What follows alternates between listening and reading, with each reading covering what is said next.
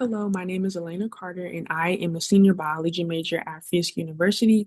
And today I'll be presenting my project titled Diabetes Awareness Among Nashville, Tennessee Area HBCU Undergraduate Students.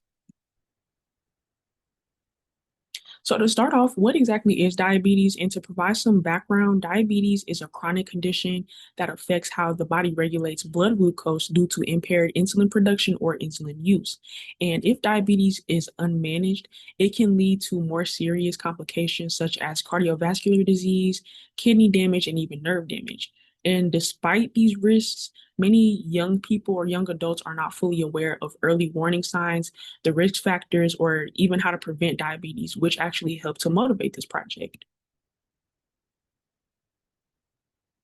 So, based on the gap in awareness, my research question was, does a brief educational session improve diabetes awareness among college students aged 18 to 25? And for my hypothesis, it was that participants would demonstrate significantly higher diabetes knowledge across multiple domains following a health education intervention.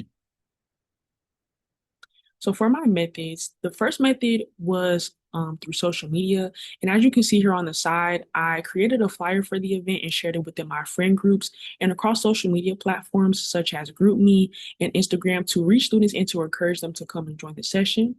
Next, the study followed a pre-test education or the presentation and the post-test, which was to help assess changes in diabetes knowledge. Next, the intervention, and that consisted of a health professional-led educational session.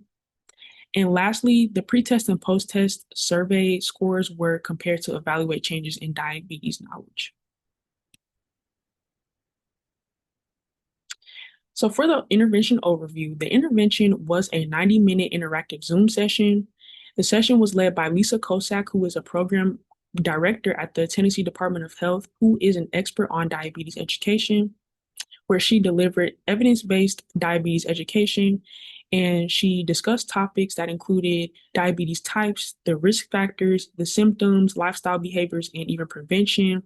And lastly, overall, the session emphasized increasing awareness and reducing long-term diabetes risk. And here are my results. As shown here in the bar graph, diabetes knowledge increased across all assessed domains following the intervention. And here are just three of the largest improvements that were seen in understanding the pre-diabetes screening tools, the difference between type 1 versus type 2 diabetes, and lastly, recognizing diabetes signs. And as you can see here, the light brown shows the pre-test and the dark brown shows the post-test.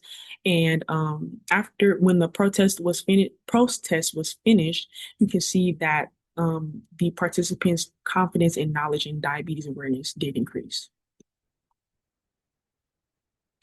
So for my conclusion, in conclusion, the brief educational session significantly increased diabetes knowledge among HBCU undergraduate students. And for my limitations, one limitation was that knowledge was assessed immediately after the session, which means that the study couldn't really evaluate long-term knowledge retention.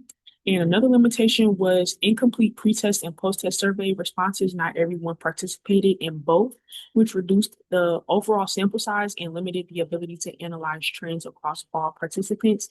And lastly, the intervention was limited to a single educational session, which may not be too sufficient to support long-term behavior change. And for my future directions, I would like for this topic to continue being discussed here at Fisk and expanded upon, as diabetes education is very important for the next generation of young students to learn early. And personally, I would like to continue doing research because I find it very important in the career path that I'm pursuing, which is dentistry. And I hope to partner with others to bring more diabetes awareness to communities, including even within my own family and my own friend groups who may not have access to this knowledge. Thank you so much for listening. I would like to give special acknowledgments to Miss Christina Haygood, who is the program coordinator for Fisk, Ms. Lisa Kocak, and the Tennessee Department of Health. Ms. Lisa Kocak was the one who presented the information and who was my community health partner. And lastly, the HBCU Wellness Project at Meharry Medical College for their guidance and support. And my email is listed here if you have any questions or would like to follow up. Thank you again for listening, and this concludes my presentation.